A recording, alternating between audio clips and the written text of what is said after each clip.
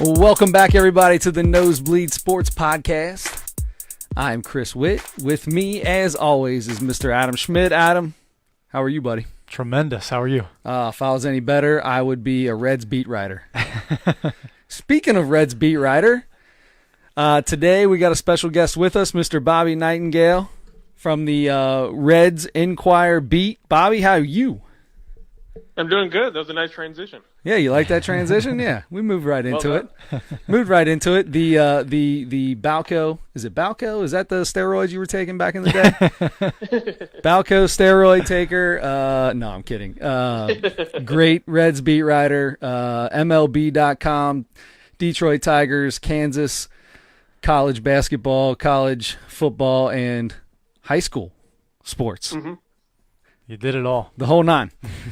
Took over the Midwest. Took over the Midwest. So, Bobby, we really appreciate you coming back on with us, man. We're pretty excited to have you again. Yeah, no problem. It feels like it was longer than, like, I know we talked it right before the season started, but it feels longer than just a couple months ago. Yeah. It was the day before. Was it the day before opening day? Yep. Yeah, I think was when we talked to you. So, first question then, how was the Reds' first opening day for you?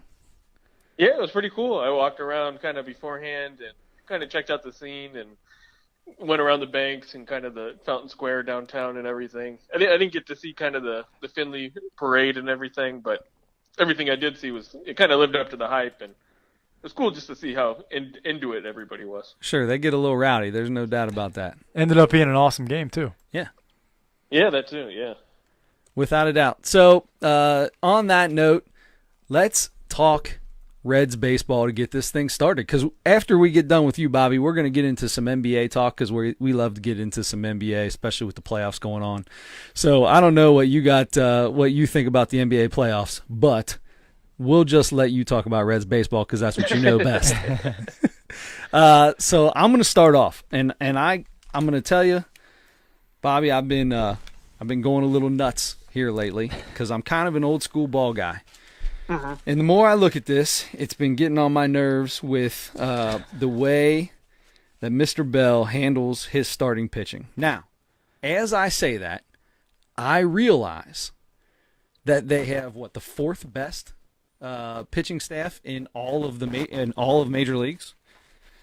Is that right? Fourth best, I believe, ERA wise. Like I think, yeah, as an overall staff, I think so. Yeah. Okay, so on that note, I understand that's terrific. So I guess my first question to you is, can this bullpen continue to throw as many innings as it does? Yeah, I mean, I think they can. It's just kind of the new normal. I mean, it's just more of a throwback. The Reds have it took them a month to kind of figure out all their roles and figure out what each guy did best. And now you kind of see more, Amir Garrett, David Hernandez, and Raisel Iglesias. They're kind of your back end, your final three guys to finish out games. Jared Hughes is kind of in that mix too, and then everyone else kind of just fills in the rest of the spots. But it kind of took them about a month just to figure out how they wanted to use everyone, and for all the pitchers to kind of get used to, okay, this is the inning I'm going to pitch, and this is the situation I'm going to pitch. All right, so that brings me to my next question. Why is nobody allowed to throw more than 100 pitches on this team? Is there some kind of new major league arm that I don't know about, where Bell won't let not Iglesias? It's mostly Castillo that I looked up and was really paying attention to. This guy, if he's at 100 pitches, he's out, no matter how strong he is at the time or how weak he is at the time. Besides today, we're not going to put today, because I already told you we're not talking about today. Besides that. Has he talked about pitch counts or anything like that? I think it's more just the third time through the batting order. That's kind of the new trend across baseball. I mean, the Reds, their bullpen usage is kind of league average. It's not really anywhere above league average, even though it kind of feels like it at times. It's just teams get nervous when a starter has to face a lineup the third time through. It's just statistically, and it's kind of all the way across the board. Hitters just hit really, really well against starting pitchers the third time through. So it's almost one of those things that, that's kind of why the Tampa Bay Rays experimented with the opener last year, was to kind of delay when they would go through that third time through the lineup Right. and push it back to maybe the 7th and 8th inning when you could just go straight to your, the hammers and the bullpen. And I think that's what you're kind of seeing now with the Reds. The reason there has been quick hooks for sure, but it's just one of those things where I think the numbers say, okay, if you're going to keep them in that long, you're starting to play with a little bit of fire. And I think that's where David Bell's been really not hesitant at all, just to say, you know what, I trust my bullpen here. I trust them to get those outs rather than asking a lot of my starter to go through the third time through the lineup. Even if your starter just struck out 6 straight guys, or just got 6 of 7 guys out in the last 2 innings, and it looks like he's strong, it doesn't matter. He's still taking you out. Yeah, I mean, I remember there was a game, it was a couple weeks ago, maybe even less than that, when they were in San Francisco. They were playing the Giants. It was the last game against the Giants. Tyler Mahle was pitching in the 6th inning. He had retired, I think, 13 of his last 14 or something. Yes. There's a guy on first base. He pitched against Brandon Belt, gave up a homer. It was a 2-run homer that tied the game. He did have a reliever warmed up in the bullpen, a lefty reliever, and he chose not to use him. And, it kind of bit him for it. And it's just one of those things where, as well as those guys are pitching, you're still asking a lot just to say, and the pitchers don't like it. I mean, starting pitchers, obviously, they have a lot of pride. They want to stay in the game. Sure. But it's just one of those things where the numbers just across the board say the more you keep them in for that third time through the order, the more likely they're going to give up runs. And I realize there's a lot of Reds fans that are getting annoyed by it, and probably for the wrong reasons. And maybe I'm one of those guys because of the way the stats go. Once you get to that, I know how it is when you get around that when you come through the third time in the lineup. It just seems to me like at some point in time, listen, I'm a sabermetrics guy. I enjoy sabermetrics. I enjoy the metrics. I think they need to be used by everybody. But at some point in time, if I'm looking at a starter that just struck out the side in the 6th and it's coming into the 7th inning, I want to give him a chance, especially for a guy like Castillo that's so young. I feel like he needs – maybe I'm wrong, and I need you to tell me, Bobby. I need you to talk me off this ledge. I told you, Bobby. Told you to have to do it. You might need to talk me off this ledge, but I feel like sometimes they need a little bump of confidence in that case to say, look, I trust you. I trust you to get through here one more. I need you for one more inning. My bullpen's been wasted. I've thrown Lorenzen for 3 straight days and Garrett for 3 straight days. I need you to give me one more inning. And I just feel like that's kind of where the numbers, like you said in the original, I mean, their staff ERA is 4th best in the majors. And I feel like it's one of those things that does play into it. I mean, their bullpen has been really good for the majority of the season, and they've been able to get out of those type of situations where it hasn't really bit them that often. So I just think I understand where you're coming from. Where I do think young starters have to get used to pitching in tough situations. But so far it's worked, and until it doesn't, I wouldn't go the other way until it stops working. All right, so then we'll just wait until Amir Garrett does what he's done for the last 2 years and his arm wears out, and then we'll go through that whole span, and then everybody then Bell can start letting his pitchers go a little longer. I'm sorry. I'm sorry. Now, yeah, Chris obviously doesn't like it. Whether you like it or not, it is working for the most part. For the most part, it's working a lot. This bullpen is fantastic. It is. It's not necessarily always translating to wins, which is the biggest thing, but we know that's a lot of that has to do with the offense, the way the offense has been.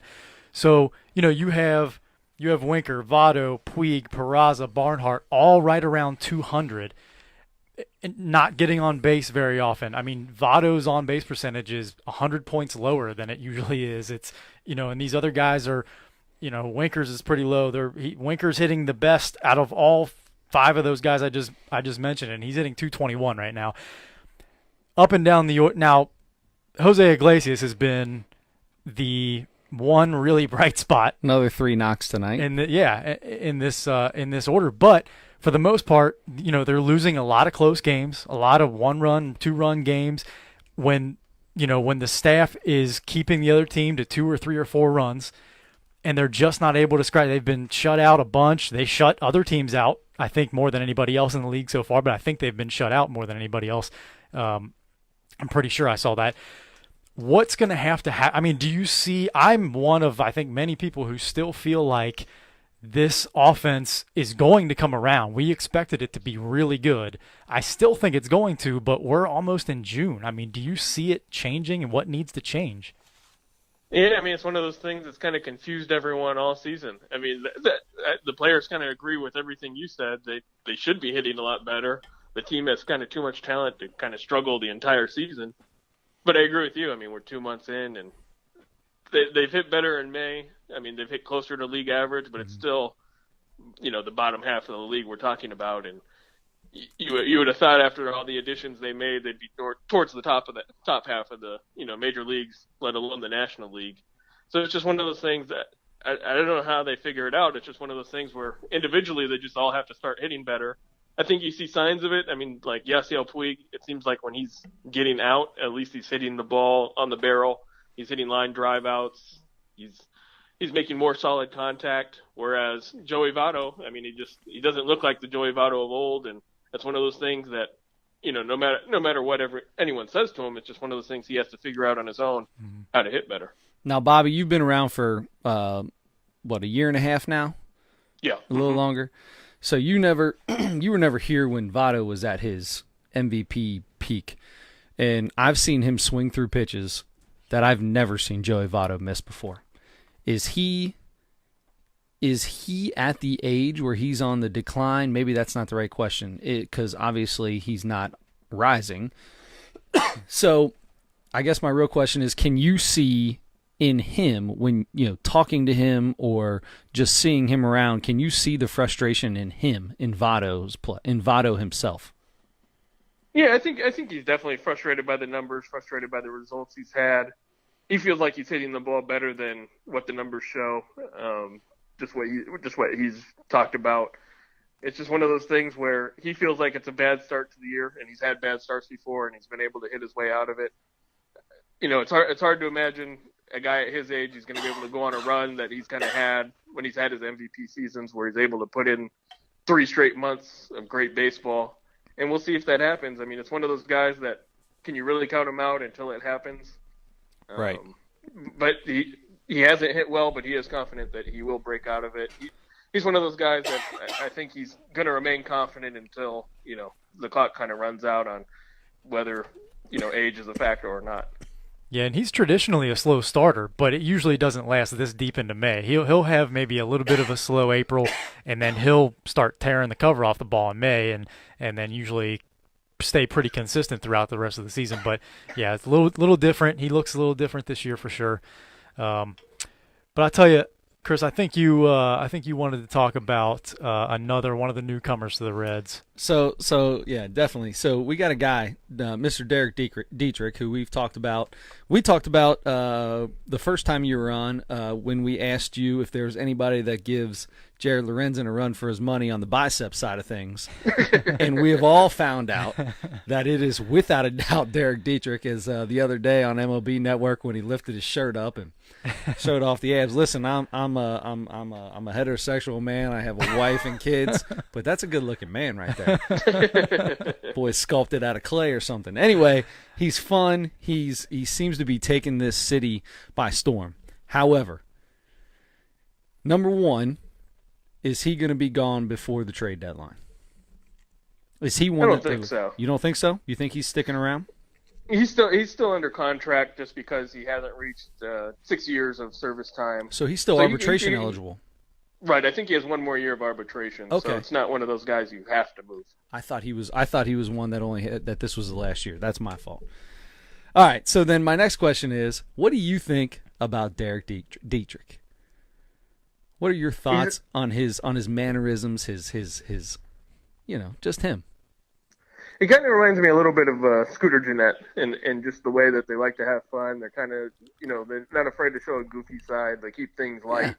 Both left-handed hitters who can, when they're on, they really, really hit the ball well. Yeah. And he's having kind of the best season of his career. And part of that is just due he's not hitting in Marlins Park, which was a huge park. And, he's playing on a better team than he has, at least in recent seasons with the Marlins. So I think he's more motivated, more, you can obviously tell he's having a lot of fun while playing. And he's just one of those guys that loves to keep it loose. And he does. And he does it very well. Now, so I'm trying to bring this up without figuring out a way to make Adam feel bad. Adam's not Just do it. Adam's not a big fan of Derek Dietrich for one reason, and it was against the Pirates when he stared at a home run. The day Yasiel Puig decided he was going to try to beat up the entire Pittsburgh Pirates team, and he stared down that home run that he absolutely clobbered in Pittsburgh. Ever since then, Adam's done with Dietrich. Me, I think that's the greatest thing that's ever happened. I say do the moonwalk to first base in a couple. What Joey Votto said that he wants next time Puig hits a home run, he wants him to do a cartwheel on his way to first base. So I enjoy this. I think baseball needs people to have fun. Is the length of time he stares down those home runs, because it's not just that one. He does it almost every time he hits one. Is that too far? I don't think so. I mean, boy. he wears a T-shirt that says "Let the kids play." Yes. I mean, it's kind of the new age. I mean, I understand why some people might not like guys staring at the ball, the bat flips, and all that. Hey, listen, Amir Garrett is a perfect example that when he strikes somebody out, he jumps up, he gets pumping his fist and cheering. When I hit one off you, why can't I stare it down? And Amir would make that same point. I mean, he would say, if they're allowed to, watch home runs, I should be allowed to celebrate strikeouts, and no one has their feelings hurt. Exactly. So, yeah, for me, and I'll tell you what, Chris and I spent almost an entire podcast arguing about this after that happened. But and we're on totally opposite ends here. But I will tell you that pretty much every single person I've talked to about that has disagreed with me. So I feel like I'm probably the one that's wrong here. I felt like that one specifically against Chris Archer was a little different than looking at the home run for a second or whatever. And then I felt like he camped out. He set up a tent in the batter's box after he hit that thing, and he took a nap, and he got up, and he made some lunch or something, and then he started slowly walking to first base. That's what it looked like to me. Bobby, were you at the game? I was, yeah. I mean, there's no arguing. He definitely admired the home run. He definitely took his time running to first. The thing I would say is just he never looked towards Archer. He never said anything towards Archer. Exactly. It was more, he admired the home run, but it wasn't like he was saying, it wasn't like he was punking Chris Archer. It's exactly that's exactly. Oh, I'm sorry. Go ahead. But oh no, yeah. I was just saying, I don't feel like a pitcher should be offended when, it wasn't like he was showing him up. It wasn't like he was showing him up. Like we talked. Like my explanation was Bryce Harper when he was in the minors and hit a home run off some pitcher and ran his mouth the whole time down to first base, directly at the pitcher. That's a different story. If you're talking to the pitcher, I think that's different, or staring him down, or doing something like that. But if you're excited or you're proud, I mean, that's it. Listen. Hitting a 98-mile-an-hour fastball is one of the most difficult things to do, much less hitting a 90-mile-an-hour slider. I mean, when you get a hold of a pitch like that, I don't see why it's a big deal. Yeah, I don't either. And I mean, it seems like it's one of those things that really resonates with younger fans, and baseball has to draw more young fans. And it's just one of those things. It's kind of like basketball when you dunk on a guy. You're allowed to celebrate. Exactly. You just keep playing. Yeah, that Adam doesn't like that either. He's a huge basketball guy, but he wants everybody to be Kawhi Leonard and Tim Duncan. Yeah, that would be excellent. No, I love that Derek Dietrich has fun. I love that he brings, he entertains people by how good he's played, first of all, and then doing the thing with the beekeeper suit and the tool belt going out like he's gonna fix the lights in Oakland. That was all great stuff. I just have had a little bit.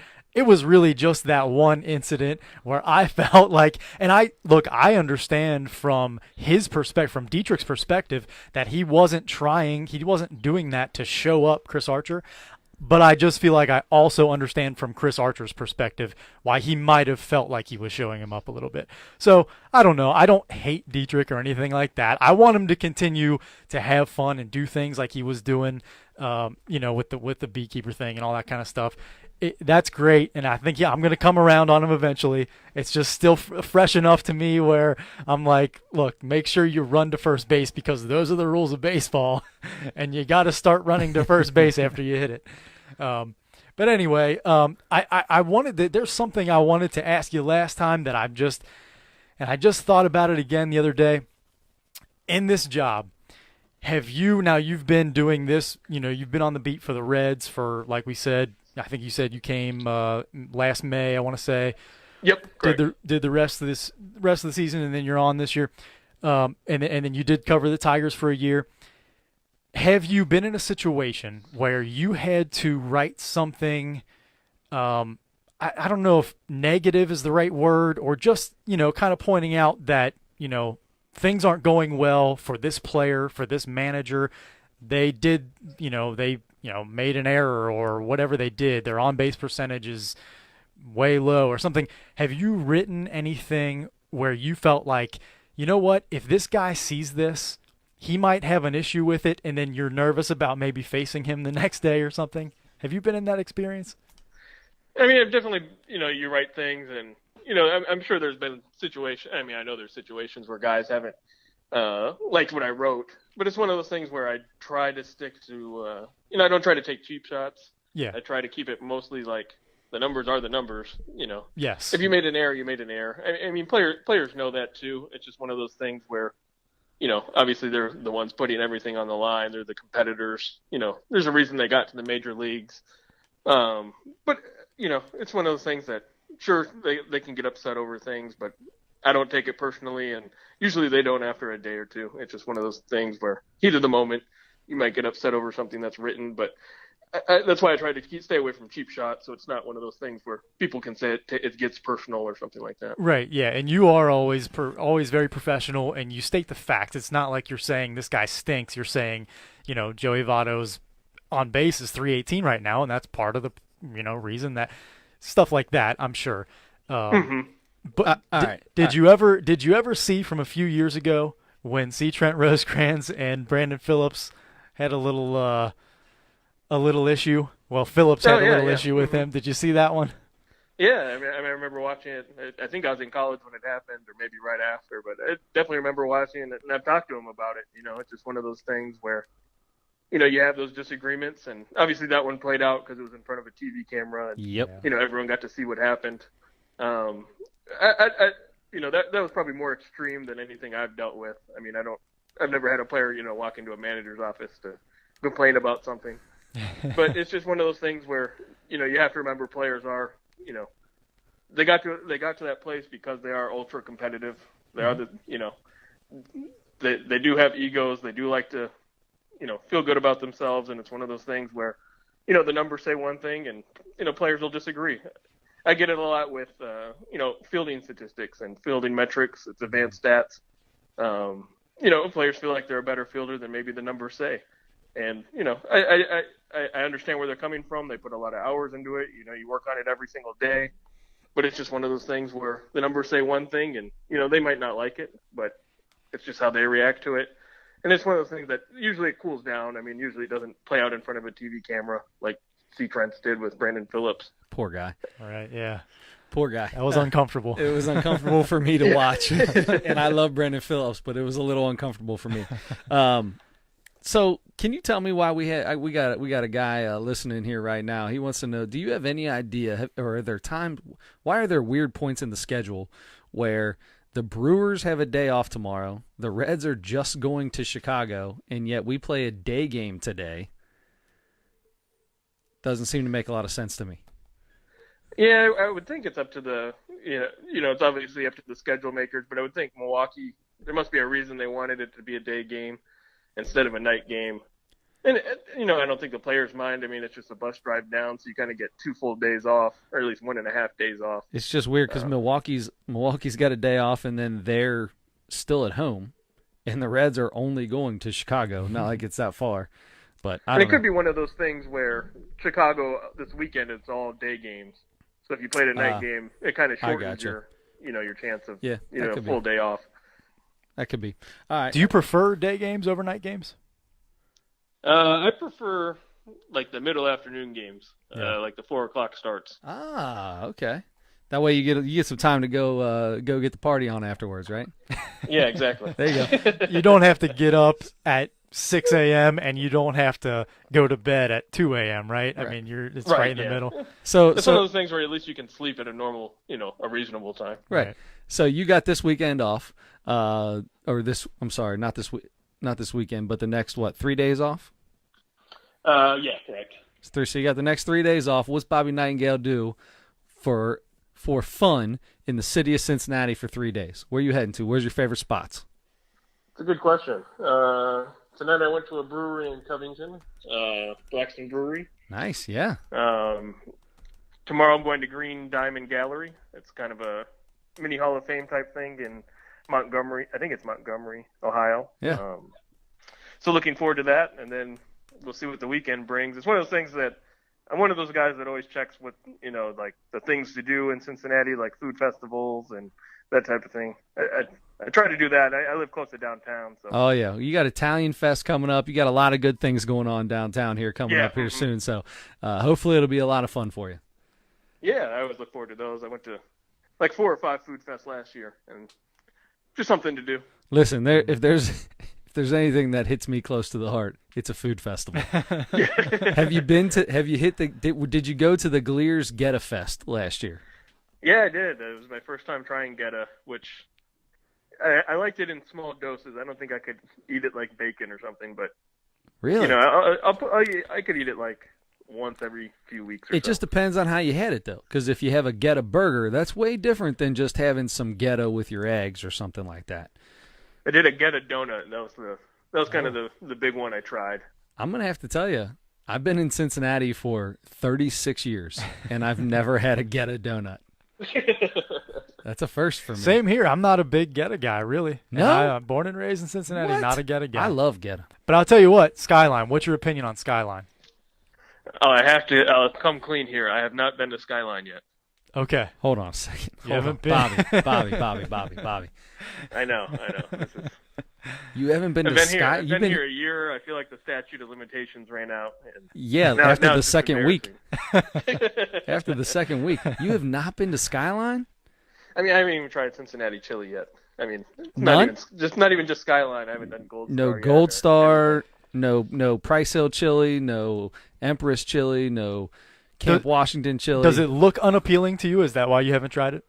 No, I'm willing to try it. It's just one of those things where Just I haven't feel like I gotten have to be in a certain mood to eat it, and every time it's happened, I've missed the opportunity. Wow. It's just, Man, I feel like I want to take you out for your first Skyline thing now.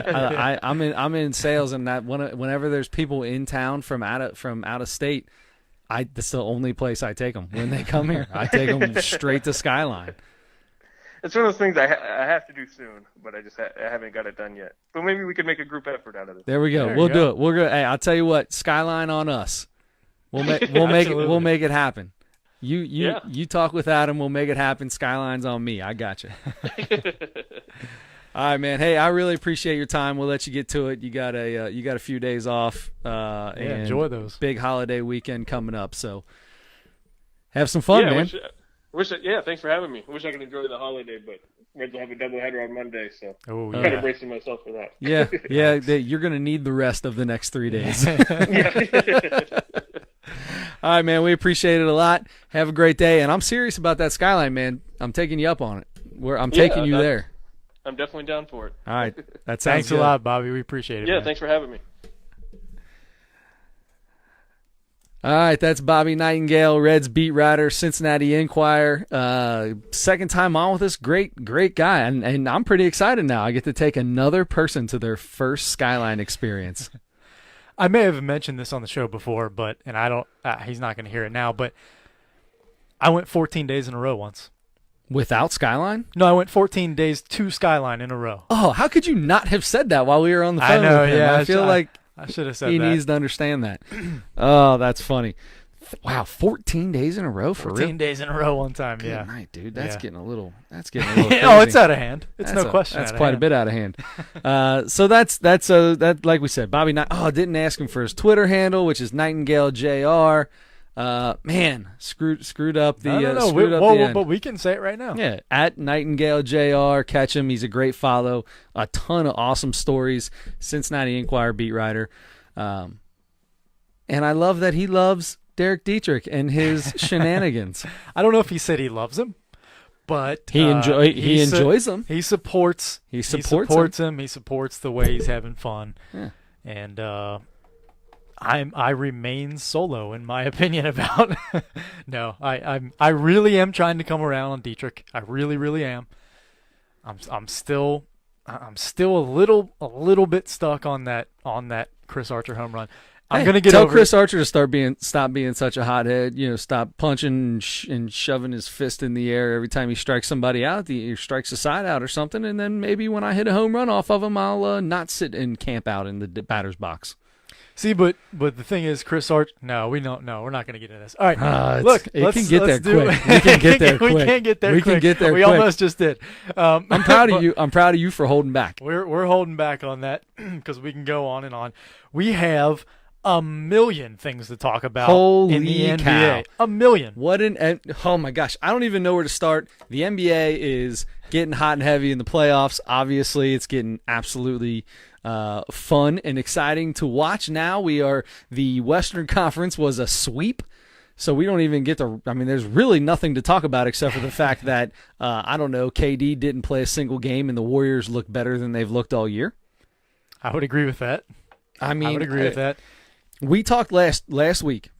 We talked about how KD being gone, where we didn't want to say that the Warriors were a better team without him, but we're definitely not saying that they're a worse team without him either. They're just different. They're just different, and I think that, and it's hard.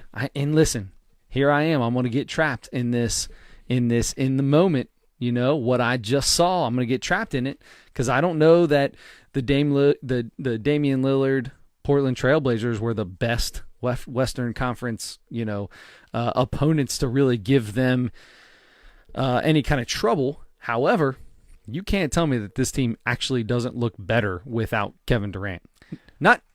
Hold on. Maybe not better, but look like they're definitely having more fun. They do look like they're having more fun, and I'll tell you, a guy who looks like he's having way more fun, more than anybody, is Draymond Green. You think he's having more fun than Steph Curry is right now? Steph Curry. Do. Draymond's having fun. I'll give you that. Steph's having some fun right now, too. Steph's like, oh, yeah, y'all remember me? That's right. Yeah, 2-time MVP. Yeah, maybe you forgot. Draymond Green's having fun because he gets to run this offense. I mean, he's running this offense. He's the point guard right now. He is, and I love the way he's pushing the ball like a De'Aaron Fox and like these really quick, these really fast point guards that go coast to Chris. coast. No, but Chris. I'm telling you, it's okay. No, he's not that fast, but he is pushing the pace to try to get there, which puts pressure on the defense to get back and have to defend in transition where they are at their best. In transition, cutting off of the break and the secondary break, setting screens for each other. And he's made great decisions with the basketball. He's such a good passer. He doesn't have to score. He scored a little more than his average during the season in this series, but he's a triple-double machine right now because he has the ball in his hands so much more. Yep. Because it's not sticking in KD's hands. And same with Steph. I mean, Steph's getting open looks without Kevin Durant spacing the floor for him because they are just so much freer to move and spread the floor and set screens, and it's concentrated on those two big-time shooters rather than throwing it to KD, who's posting up 30 feet from the basket, and then he's making a one-on-one move or whatever, which works for them as well, but it's just more fun to watch. Steph Curry reminds me of Reggie Miller in this. It reminded me of it was like watching Reggie Miller back in the day. He's going off 8 screens every time down the court or more. Or more. And you know who the biggest impact player on this team, and I'm going to agree with you. It's exactly what you just said. Without a doubt is Draymond Green. Draymond Green, like you said, is running this offense by the point as the point guard, basically. Yes. But if you watch him when Steph's running off these screens, I bet 75% of them are set by Draymond Green. It's like he knows exactly where he's going to be, and he doesn't care about getting the ball one bit. He's making sure that his shooters are getting open. You know how I feel about Draymond Green. That is not my guy. Right. but I'm impressed with his play, and I enjoyed watching him in this Western Conference. Maybe because he stopped arguing with the ref so much. It's exactly what I was going to say, and he's so much more enjoyable to watch when he's playing like the way he is playing right now. And he talked in between games 3 and 4 when he was asked about this. What's going on with this? Why are you this different guy suddenly? Like, why, he is not, his body language is so different. He's talking to the refs, but he's doing it in a different way than he was doing it before. Yeah, he doesn't have a face on that looks like he's screaming at his 7-year-old son for painting on the wall or something. He's not flailing his hands and stomping around. And he talked about that. They asked him why. He talked about watching himself and being disgusted with that, being tired of watching himself on film behave the way he's behaved for most of his career, and act the way he acts toward the officials when he's not happy with whatever's going on the floor, getting after teammates and stuff like he did with KD earlier in the year. And he even referenced that. He said, when KD and I got into it that time earlier this year, he said something to me that stuck with me.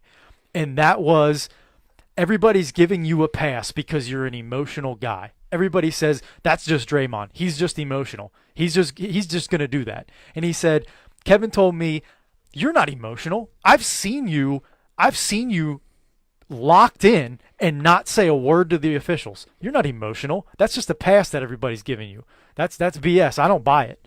And he said that stayed with me. Draymond Green is a totally different guy right now. I mean, he's admitting that his body language stinks, that he is intentionally using that energy for positive things. And we heard it after, was it game 2 or 3, when who was it? Jordan Bell missed a dunk.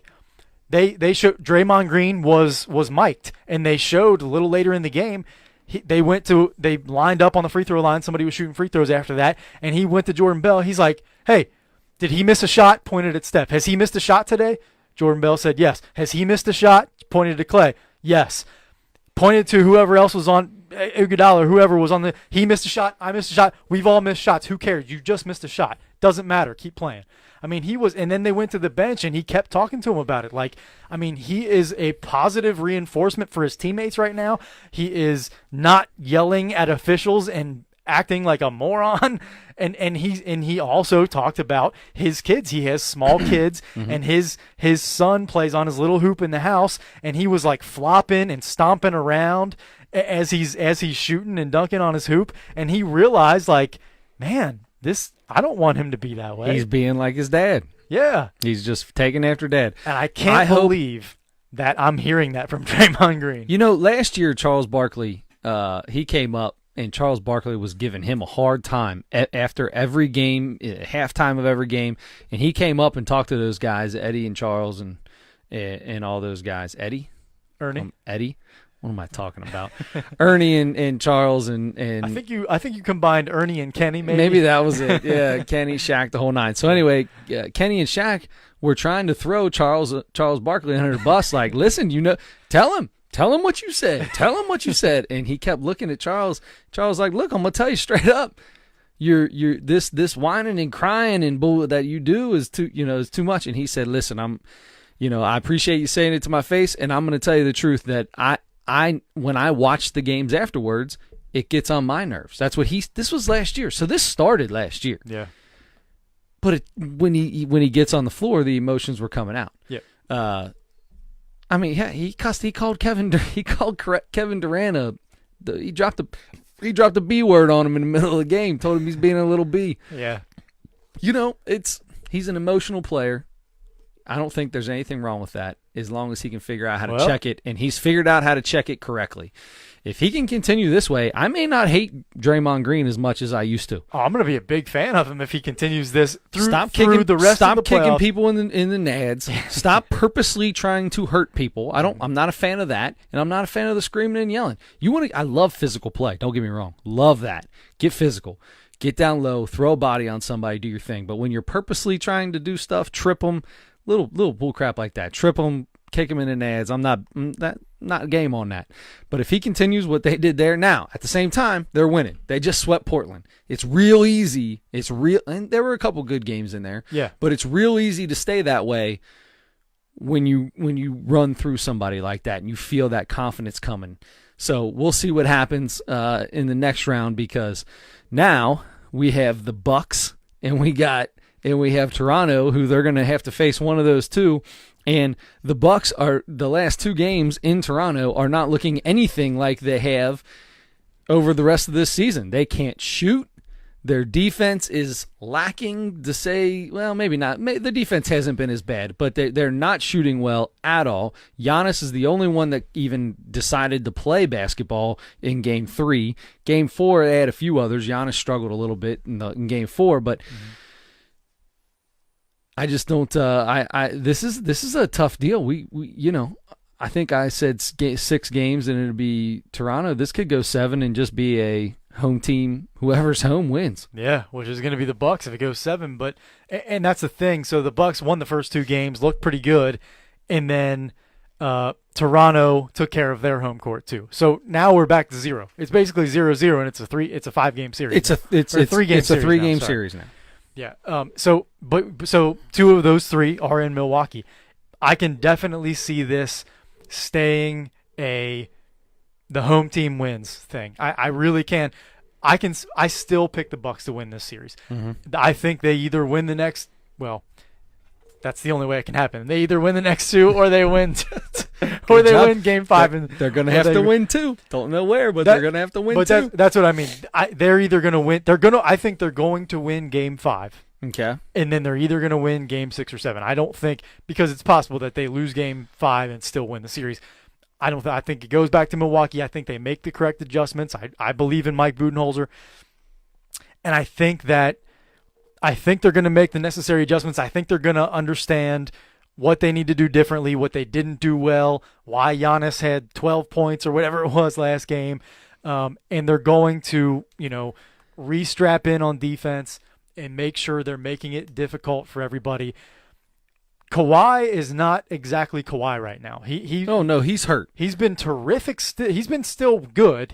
I said terrific. Game 4 was a little rough for him. They won, but it was a little rough for him. And because he's hurt, but his teammates stepped up. Lowry's been actually pretty good. He's come out of that, not completely. He still has that stigma of disappearing in the playoffs, but he's been pretty decent this series so far. He still disappears throughout this playoffs. Even through this playoffs, he's disappeared in games. He has. And you expect an all-star level from him, and all-stars don't do that. Norman Powell has been the last 2 games. Where'd this dude come from? He can't miss it. He hits every big shot they need. Every big three's been this Powell. He does, and you have one of the best benches in the league for the last few years. Those guys had to step up again. Fred VanVleet, all those guys. They stepped up games 3 and 4. They did what they needed to do to supplement Kawhi because he needed the help, a little extra help. So he's got to concentrate on getting healthy. Kawhi does. I don't know if he's actually going to get healthy before the end of the playoffs. It's not going to happen. Right. But rehab the heck out of that thing. He's still going to play a bunch of minutes, even if he's hurt. I think we know that it's the playoffs. You're not going to play bigger games than this. So if you're going to play hurt ever, it's going to be right now. But they have to get that same level of production from their bench, from their role players, the other guys on that team, the same way they did in the last 2 games for these next 3 or 2 or however many it takes. Like I said, still believe very strongly in the Bucks. I still think the Bucks are going to beat the Warriors in 7 games in the finals. I hate to jump ahead like that when this series is tied. I'm going to tell you right now. I told you before. This Toronto Raptors team has the experience that the Bucks just don't have, and the Bucks are showing it right now. If these guys, if Borat or Nikolic or whatever that dude's big giant Mirotic, Borat looking fellow can't hit a shot, then they're in trouble. And if they don't have guys shooting for him, Bledsoe's been okay throughout this series, but they're big guys that they count on just haven't been there. Middleton and Brogdon are going to be fine. Those guys are shooting. They have enough shooters. Brooke Lopez was one of the best three-point shooters in the league this year. They have enough shooters. If Mirotic doesn't shoot the ball well, they are still going to score. I just wanted to talk about him because I think he looks like Borat. I don't know if I see that, but put it on the poll, Allison. Allison, please put it on the poll. We'll see what everybody says. Thank you, thank you, Allison. Don't you ever listen to the Levitard show? All right, put it on the poll. No, I'm at work during that time. Oh yeah, sorry. I'm at work too. I do like the you get to drive around in your car a lot though. I do. Anyway, I do believe still in the Bucks. I think they're going to do it. The biggest story in this series, though, for me right now, the biggest thing I care about the most, please ban Drake from these games. Time out. Before we get to Drake,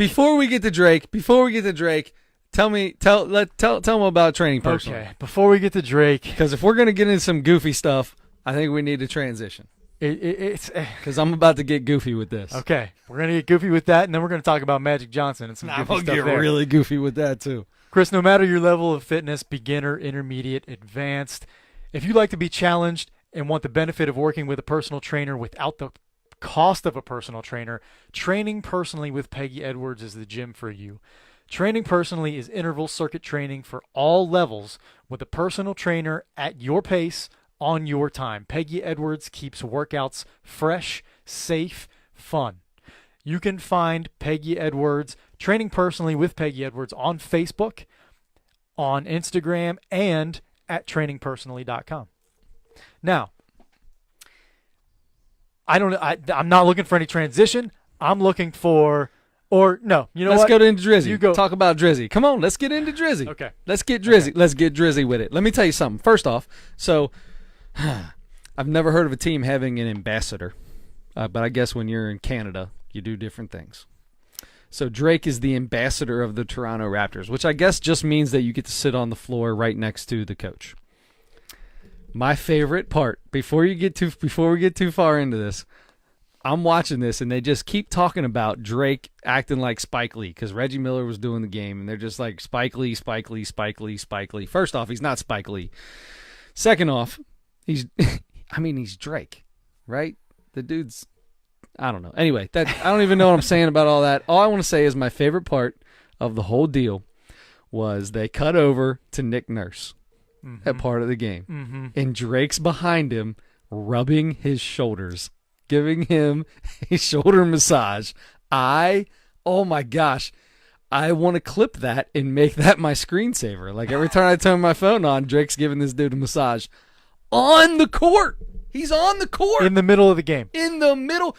This is Nick Nurse. Nick Nurse wasn't sitting down and he went behind him. No, Nurse was standing up at half court talking to somebody. Something had just happened. Kawhi made something and he went over and gave him a quick little shoulder rub and walked back over to his seat, which just so happens to be right next to Nick Nurse's. I lost my mind when I saw that.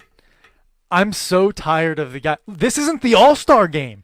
He can do all that garbage during the All-Star game. He tries to keep a running dialogue with players going up and down the floor and during free throws and stuff. He's standing up. He has a first row seat. Look, he's a rich man. He's famous. Everybody, a lot of people love him, love his music and everything. That's fine. That doesn't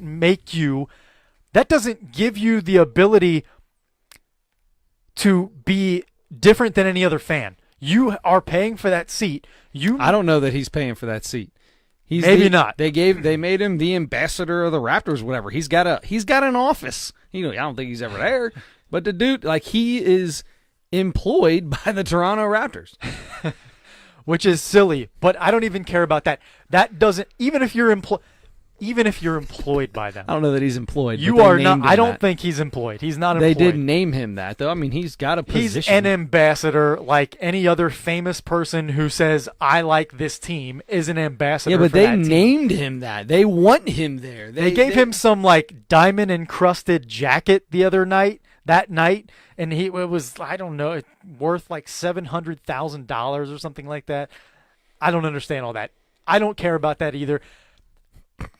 You cannot. You aren't allowed. You're not part of the game. You can cheer and be happy. He's on the court, literally, physically going on the court. Walking standing up and down the sideline. Yeah.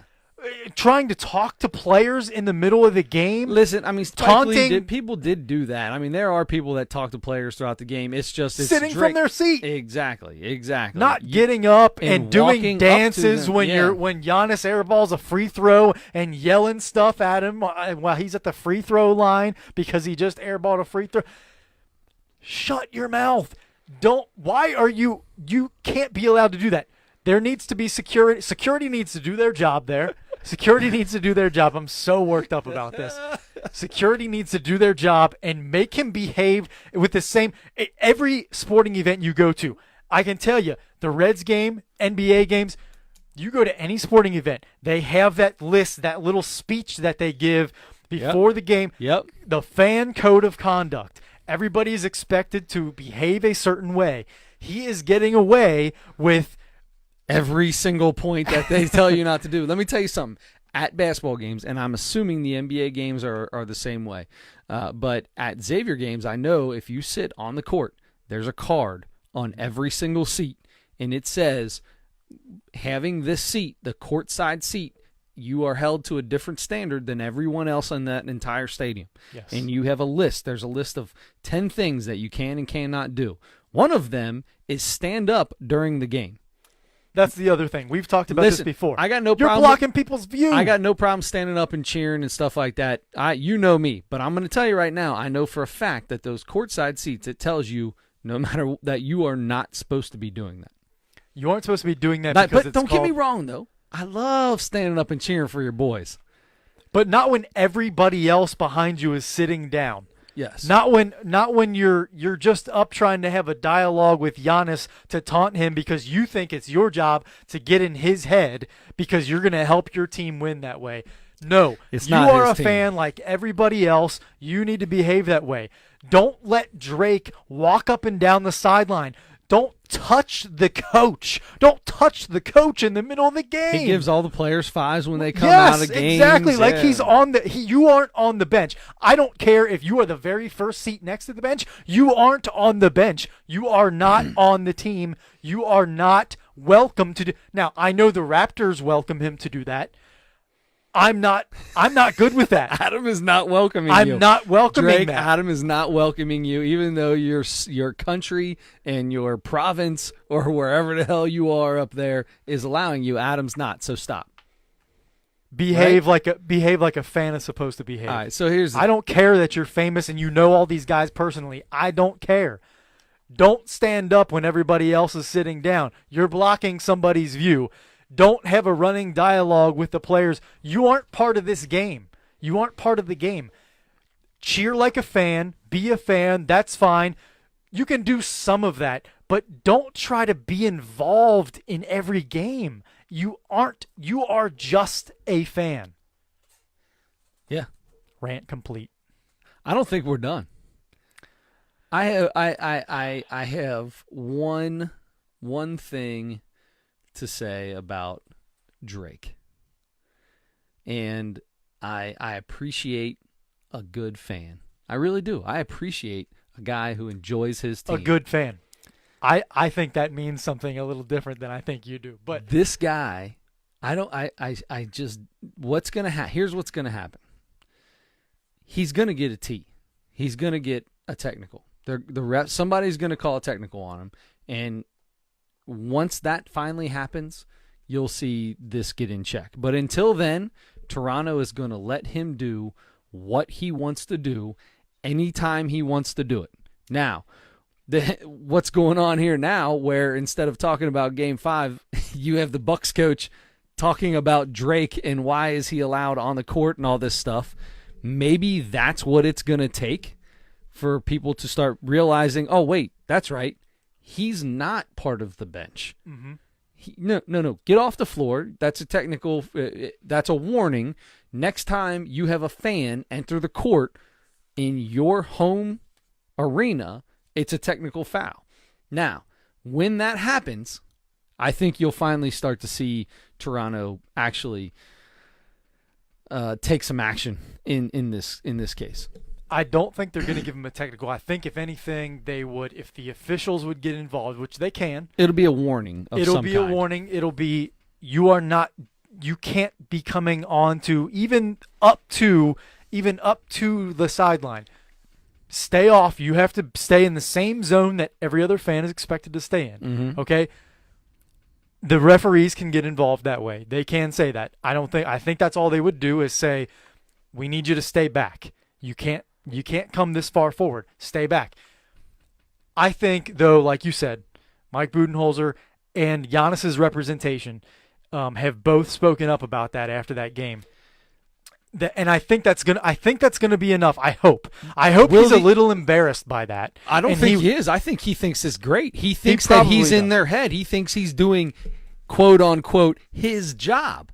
So, when does the NBA step in and do something about it? When does Adam Silver say, "Look, Toronto, look, look, Drake. He's got to have a relationship with Drake. I'm sure. Drake, listen." What you do for the NBA is phenomenal, and we love having you as part of this entertainment value of the game. We just need you to tone it down a hair. I believe that the reins have gotten let go of a little longer than they should have been. But to that point, they might not, because not only is he an ambassador for the Raptors, he's an ambassador for the entire league. I mean, he's a big basketball fan. Exactly. Huge. Loves the NBA. He's big on the whole thing. And he's beloved in the rap community by tons of fans and everything. I don't know if he's beloved in the rap community, but I think he is. He's one of the most famous rappers there are. I thought a bunch of these new young kids are always making fun of him. Probably because that's the popular thing to do. Because he was so popular. Yeah. But anyway, I agree with you that the NBA could also step in. I mean, it could be security, it could be the officials, and it could be the NBA. No, I think the officials and I think security, I don't think that's where it's going to happen from, and I don't think that's where it should happen from. I think this needs to be handed down from Adam Silver himself. Nothing that comes out personally, not personally, but publicly, nothing in a note or a press conference, just a simple DM. How about that? I'm fine with a DM. Shoot, you slip into his DMs or something, or shoot him a text or a Snapchat or chat snap, or hit him up on the FaceTube. Just say, hey, listen, my brother, because I know nobody calls any people anymore. So, heaven forbid they actually pick the phone up and make a phone call. No, I would say that if that happened, that is probably the way that he would do it. I think Adam Silver would make a phone call. Yeah, Adam Silver definitely looks like a phone call guy. He does. He's not a chat snapper. I know exactly what you mean by that. He ain't tweeting. He's a big goofball. He's without a doubt not doing that. And the best commissioner in sports. Yes. No, there's no doubt about that either. But that's why I think he's always gets ahead of things like this. And I can see something like that happen. I hope it does. Although at the same time, I mean, I don't want to say it's funny. It's a little funny that he thinks that he's part of the reason why they're winning, isn't it? It's funny in a pathetic way. Yeah, like you almost feel Drake, a little sorry for him. Like every fan wants to be at that level and wants to be allowed to do all that stuff and give all the players high fives when they come off the floor and talk to them during the games. Every fan wants that. Fans aren't allowed to do that, though. Why is he? That's a good question. Now, speaking of ambassadors, there has been no better ambassador for the sport of basketball than, I'm going to use his full name, Magician Johnson. Okay, there's no better ambassador for the sport of basketball than Magic Johnson, who a month ago, whatever it was, resigned as president of the Lakers. Yes. Right. Just a few days ago, he went on ESPN's First Take and did something that I've never seen Magic Johnson do in my life. Real quick, before we get to this. Please do. How does Stephen A. do this? How does he get people to do stuff like this? Because he has a relationship. They're like friends in real life. I mean, it's amazing what Stephen A. can get people. Stephen A. that dude is something different. That's why he's the highest paid person at ESPN. There you go. All right, so yeah, continue. Magic, I've never heard Magic say a bad thing about anybody in my life. I've watched a lot of Magic Johnson interviews. He still really never said anything bad about anybody. He was kind of careful, but he was the least careful I've ever seen him about anything. 100%. He explained, because Stephen A. Smith flat out just asked him, what happened? Why did you resign? What's the real reason you resigned from the Lakers? Magic Johnson was honest. He was honest. And he said it was basically a culture thing, but it all stemmed from he didn't appreciate the way Rob Pelinka was handling Magic's role. So he believes that Rob Pelinka wants his role, wants to be the president of the Lakers. Which wasn't the problem. Because Magic said that he told Pelinka, listen, part of my job is to get you ready to take my job in 2 or 3 years. Mm-hmm. Yes. But part of the stipulations when Magic signed on, and he's very close with Jeannie Buss, so Jeannie Buss was going to let him get away with probably just about anything. But part of that was, and he talked to her about it before they signed the contract, he has all these businesses. He's this enormous business mogul, right? Sure. He makes tons and tons of money from these businesses that he has. And he said, I can't give up my businesses. I'm going to make way more money doing that than I am as president of the Lakers. I can't give those up. So I'm not going to be here all the time. I'm not going to be in the office every day from 9 to 5. Is that okay? Jeannie Buss said yes. That was okay. He's Magic Johnson. He also wanted to make sure that he was going to have the final say as far as personnel decisions went. Right. But let's be honest. When superstars, ex-superstars get put in these positions, they're only put in these positions for one reason, and that's to be a face, right? I mean, that's what they are. I mean, Larry Bird has done a good job. Danny Ainge has done a good job. You got Trajan Langdon. You got those Elton guys are Brand. making real decisions, They though.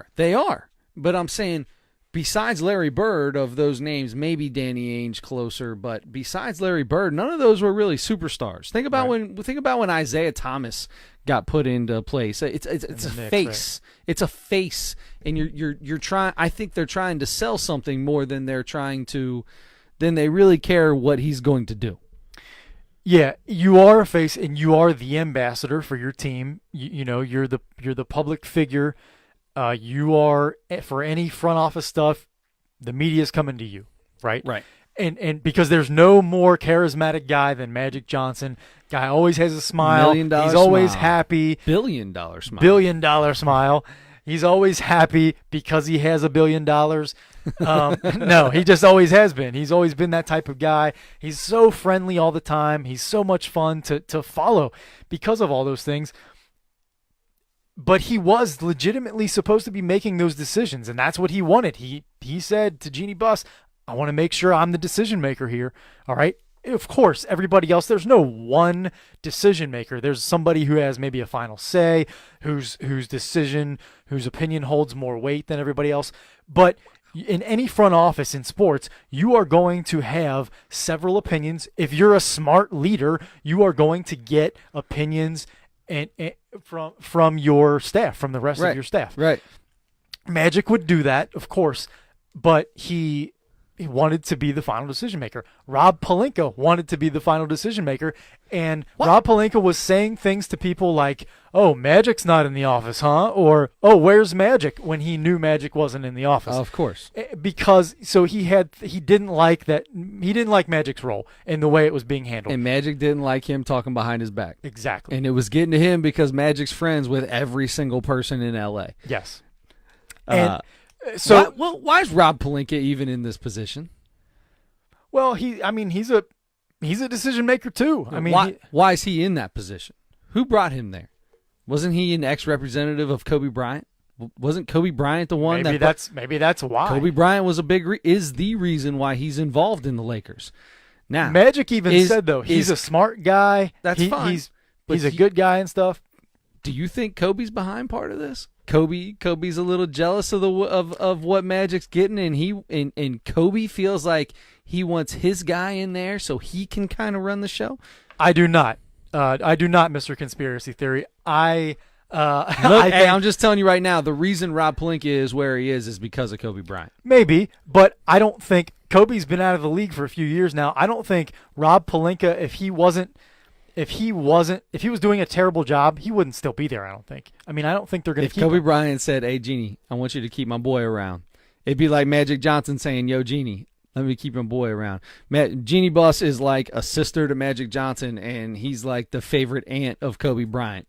So I'm telling you right now, I don't know, man. But they're close too. Kobe and Magic are good. Sure, but Kobe's always got something else going on in the back of his head. If Kobe wants something to be the case, it's going to be the case. And I know that's what you're saying, but sure, if Kobe wants some kind of control or something like that, he can just have it. He could have gone to Magic and said, "Hey, I want to be the next decision maker. Let's start working on that now." Magic probably would have been like, "Yeah, sure, okay." Yeah, I got something else to do. Let's go. He's got plenty of other things to do, and Kobe doesn't really right now. We're going to play a quick game. Okay. You ready? Yeah. It's called High-Low. Okay. Magic Johnson's net worth. You have it up? I got it up. Now, it's estimated, but I'm going to say $2.3 billion. Lower. I'm going to say $850 million. Lower. I'm going to say, so we were wrong. He's not a billionaire. I'm going to say he is $600 million. Higher. $700 million. Lower. I'm going to split it right down the middle, say 650. Ding, ding, ding, ding, ding, ding, ding, ding, ding, ding, right. ding. Oh, where's my buttons that make all the noises and stuff? Six. Oh, there we go. I don't know. All right. That's the best I got. Apparently there's a fight happening right now. There's some applause for you. You hit it right on the button. I should have had that one for all the wrong answers. All right, that's all the fun buttons I got. Okay. Now, Magic was up front. Sorry. About what Magic was up front about what happened there, why he left. He didn't like the culture. Basically, became stale, not stale, but poisoned. Yeah. And he didn't want to be around for that. He's got all these other things going on. He's got plenty to do. He doesn't have to be, like you said. He already told Rob Pelinka, "I'm here for 3 years, and you're being groomed to be the next president after me." I guess that wasn't good enough for Pelinka, and Magic was like, "Okay, then I'm not going to stick around for this." Do you believe all this? Do you believe that's exactly how it went down?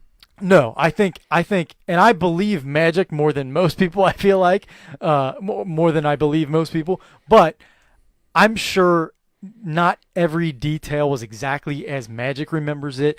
And I'm sure if you ask Rob Pelinka, you think he it's not the misremembered? same. Oh, Rob already came out and said none of that's true. But I believe that probably at least some of it is. There's a maybe mixture in there. Right. I think probably some of it is embellished. And Magic there's fire. Yeah, Magic even said there.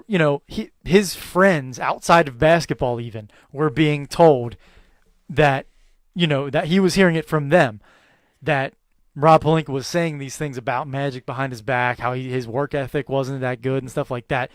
You don't question that. I mean, it's even if it's true. I mean, you're going to, that Magic used the word backstabbing, and that's how he felt. Have you seen Rob Pelinka before? You ever look at him? He kind of looks plastic, doesn't he? Plastic? I don't know. Does he look like L.A.? I mean, he kind of looks like L.A. He looks like L.A. Yeah. He looks like L.A. I feel like L.A.'s a lot of drama. And I feel like he looks like walking drama. It has been. All season it has been. Oh, I don't mean the L.A. Lakers. I just mean L.A. in general. He looks like L.A. He looks like Los Angeles. That's fair. And he looks like drama follows that dude, and he probably likes it a little bit. It's like the Kardashians, They are L.A., they're whatever, Brentwood or wherever they're from. But drama just follows them, whatever's going down. No, they create it on purpose for their show. That's what I'm saying, though. That's what I'm telling you is that I feel like that's L.A. I feel like follows him, but when drama follows somebody, they're usually the one creating it the whole time. That's what I mean by that. Yeah. So I can see old boy like that creating a little bit of drama, like Magic was saying, some whispers behind the scenes. Make sure everybody hears a little something, something that he's got to say. See if it spreads. See if wildfire can turn up. And boy, did it ever! Next question: will there ever be a superstar that comes to play with LeBron James? Yeah, I think there still could be. Now, superstar. Right. I'm not talking about Jimmy Butler. I'm not talking about. I don't know, Tobias Harris or something like that. One of the other good players. Great players. That are going to be free But I'm agents. talking superstar. I'm talking Damian Lillard. I'm talking Kawhi Leonard. I'm talking KD. I'm talking Kyrie Irving. Guys like you. Is there a superstar that's going to come play with him? I can see a scenario where Kyrie Irving was the last superstar that he played with. And that's the last time he's going to play with a superstar. I can see other good players going there, like the Jimmy Butlers and those guys. I don't know. I don't really see Jimmy Butler going there, but I can see other really good players going there to play because Really good. But what about superstars? we talked about this on Twitter. I'm hearing less and less. I really am. Your sources are telling you there's less and less going on? There's no sources. It's just me. Just me hearing Who's telling all you? the offseason, all the stuff. Wait. Everything in the media that we okay. know about. I got you. I am not hearing a lot about any superstars being interested in going to the Lakers. Now, and why? First of all, Kevin Durant got some heat earlier this year for saying exactly that.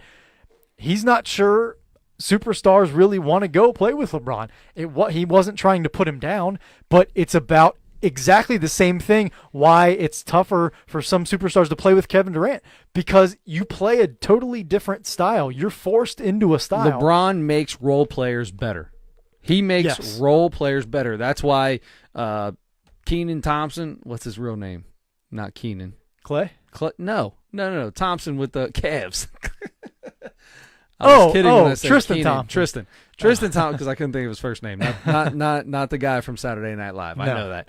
No. When Tristan Thompson made all the money he did, he's an average role player that got almost a max deal out of playing with LeBron James. He makes guys play better. He does. Superstars, and I agree, because look at Steph. Steph still played great. Don't get me wrong, but Steph's a pure shooter. That's what that boy does. Mm-hmm. However, KD's gone, and all of a sudden it's like, oh, yeah, Steph Curry? Forgot about that guy.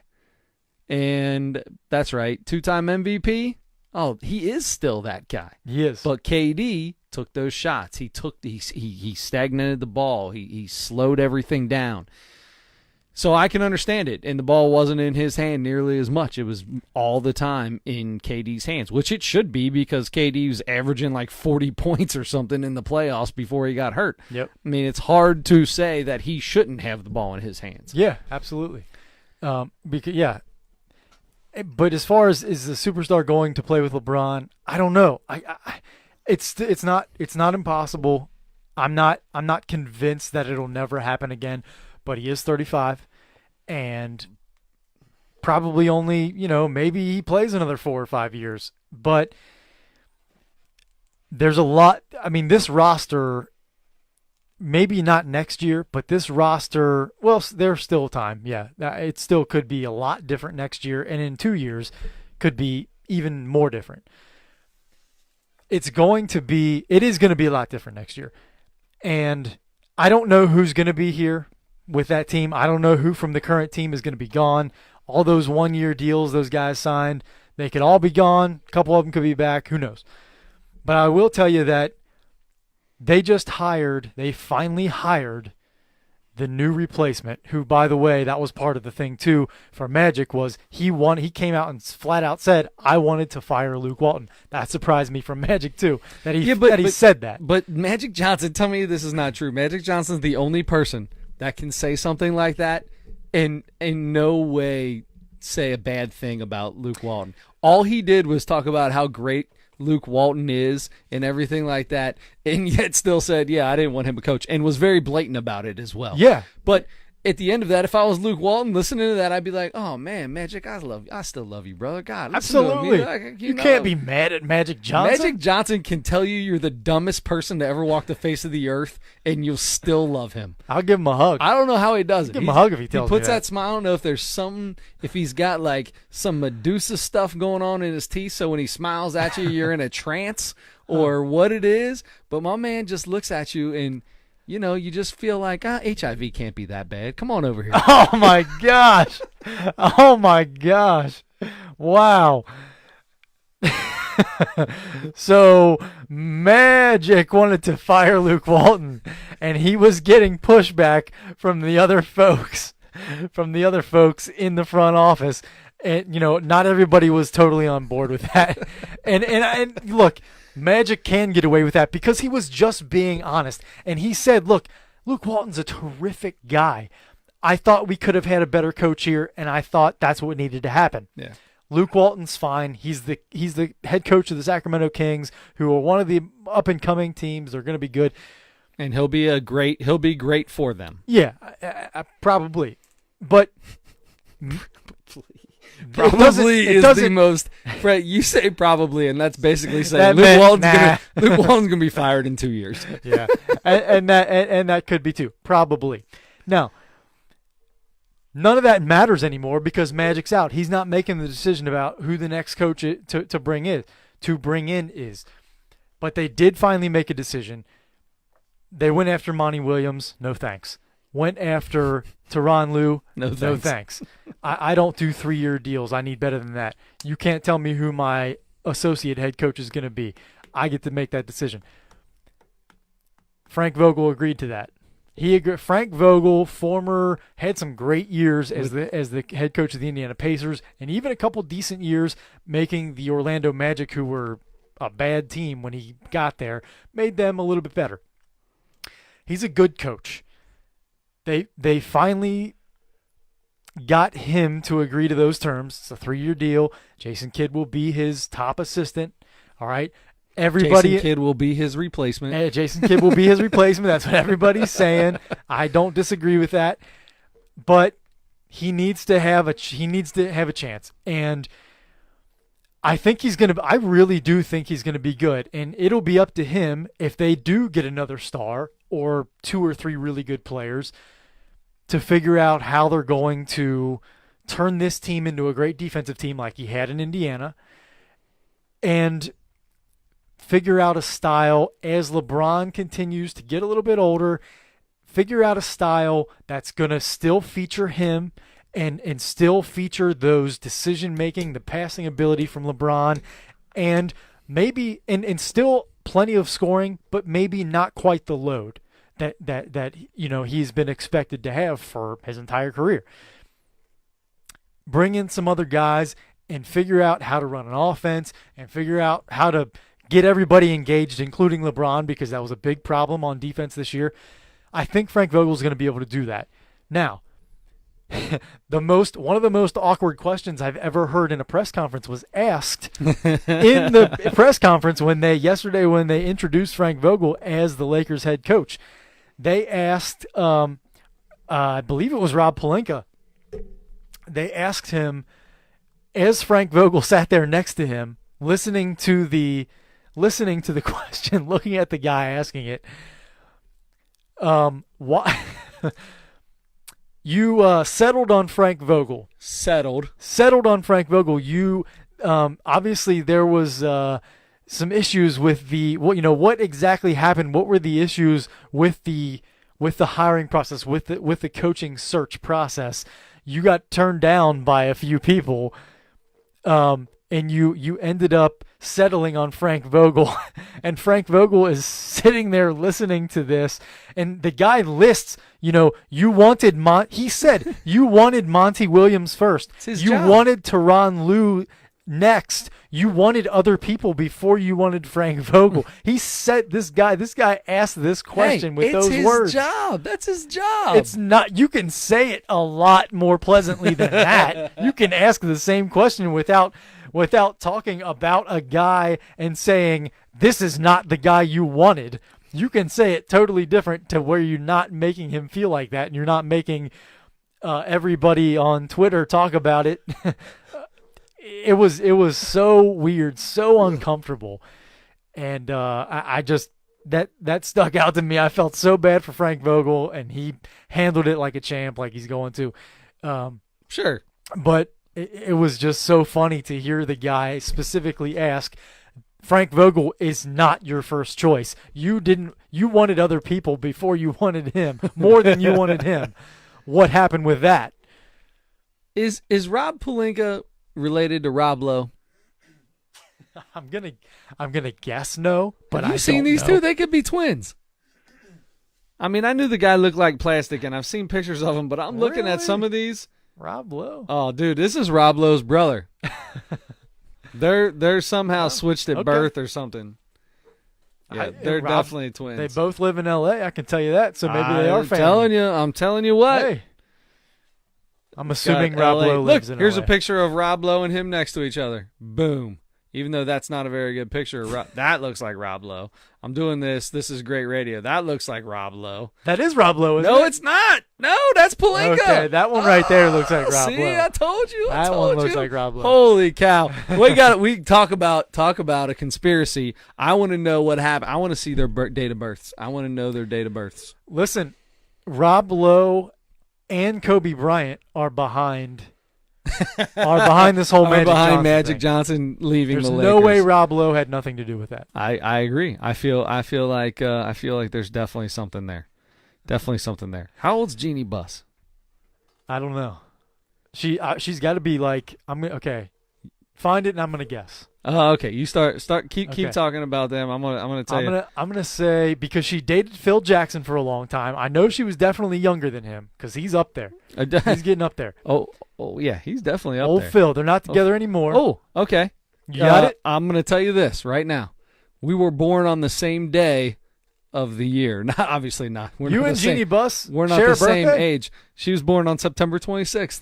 How about that? How about them apples? Man. Happy birthday when it's our birthday. All right. Now, can you guess how old she is? I am going to guess she is 56. The answer to that question is no. Was that a question? No, the answer to that answer. I guess I kind of asked, is 56 correct? I'm trying to think of her exact age here. So, you just have the year. It's yeah. So she finished. Got it. Okay, go ahead. So it's not 56. No, and that's going to be low. That's too low. That's low. Okay, I'm gonna say that she's 61. That's too high. Okay, so then she's 58. Too high. Then she's definitely 57. Then. Hey. There you go. Yeah, there you go. A few times. All right, so that's all there is. She's 57 years old. That's young, because isn't Phil Jackson like 90? He's like in his 70s. Wow, that's still a big difference. It is a big difference, but Phil Jackson's a Zen master, so he probably hypnotized her into dating him for like 10 years or whatever. That dude must be a horse. What? He looks like a horse, doesn't he? Phil Jackson? Yeah, he's like 9 foot long. He must be a horse because he hypnotized Jeannie Buss. Never mind. He was born. He's 73 years old. 73. She's 57. Good for Phil. Look, good for Phil. I mean, he was 16 years. He was 16 years old when she was born.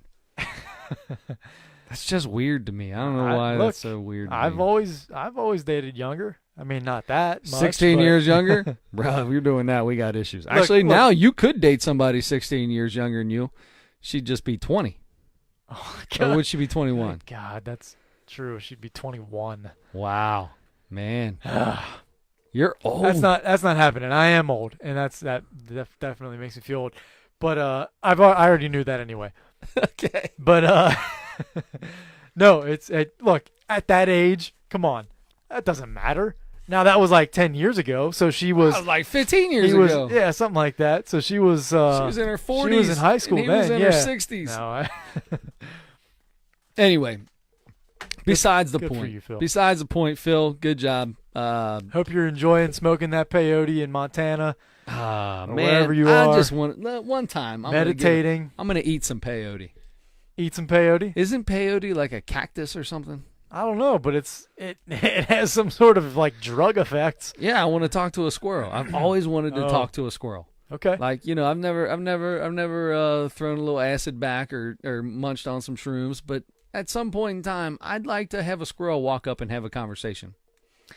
I would say maybe try to figure out a different way to make that happen. Well, obviously, that's why I haven't done it yet. I mean, just adopt a squirrel and teach it to talk. man, those things are nasty. I ain't messing They with are a squirrel. nasty. I can't stand that ain't squirrels. happening. That ain't happening. Yeah. Anyway, all right. Well, I think we've covered just about everything. It is a we can plant, cover by the way, today. and it kind of looks like a cactus. Just to Okay. let you know. Okay. Well, I mean, I don't want to get stabbed by anything as I'm inhaling it or smoking it, or what do you do? Smoke it, I think. Dude, I have no idea what you do. I don't know. I Drink just the heard water people- out of it? Do you eat the little pink leaf on the top of it? Oh, I don't that's know, weird. man.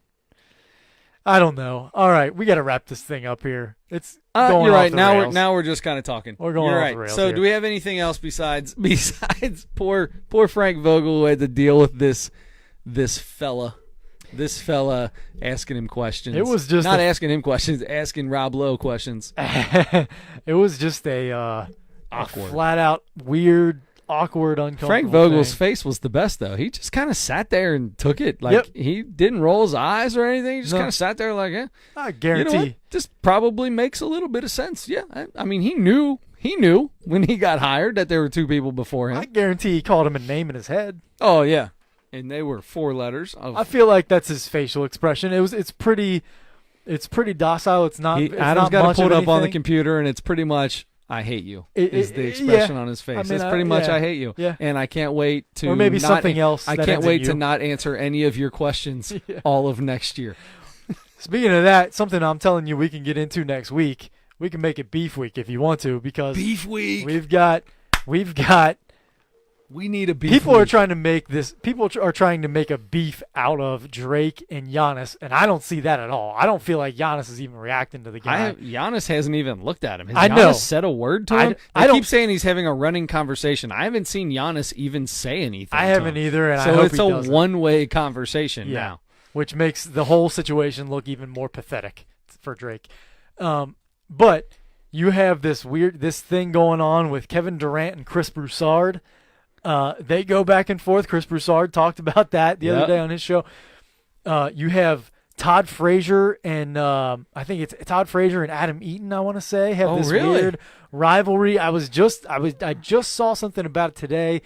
I want to look more into those things, and if it's worth talking about, I think we could get into those things. 'cause I say that's we do it, interesting. man. I say we do it. Let's do a little. Let's have beef week next week. Next week is beef week. We're gonna eat some beef and talk about beef.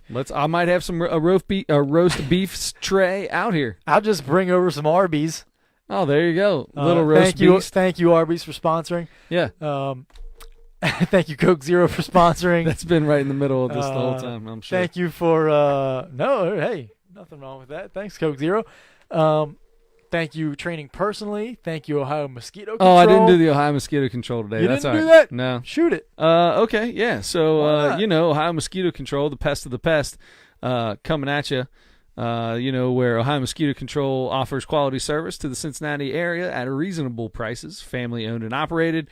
Their professional mosquito control service.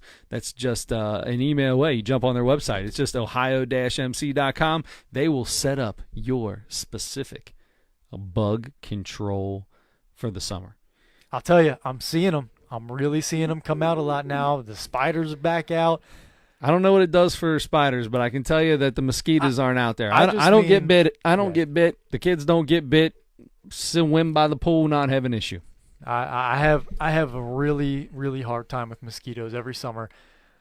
I still haven't done it. I've talked about it forever. I'm calling Ohio Mosquito Control. I'm just gonna do it. Take care of it, brother. Make it happen. I'm gonna do it. So Jason and Alex, they'll hook you up. thank you, Jason and Alex. There you go. Ohio-mc.com. All right, beef week next week. We in? I think we're in. So we're gonna have NBA talk. We'll obviously do a little bit of Reds, but we are going all in on Beef Week. We'll talk about the beefs currently going on and maybe some of the best beefs ever. Ah, I in like sports. that. Yeah, we'll throw some old beefs in. Yeah, Yeah. would maybe a Reggie Miller Spike Lee beef go into that? That could certainly, That could definitely come up. That could be a topic of discussion. Ah, I'm liking this. All right, Beef Week it is next week. Join us. We appreciate you guys listening. You can catch Adam on the tweet box at Adam Schmidt 44. I'm at Sick With It. We're on Facebook at the Nosebleeds Sports Podcast. Friend us, like us. We get on there every Wednesday, 10:30. We go live. You can watch the show then, or just listen to it Thursday morning when it's on all your favorite platforms, including Apple, iTunes, Apple Podcasts, SoundCloud, iHeartRadio, Spotify, Google Play Music deal. I mean, it's if you can get a podcast, it's there. Check us out. We appreciate everybody. And Beef Week next week. I'm ready for it. Don't forget to turn your headlights on.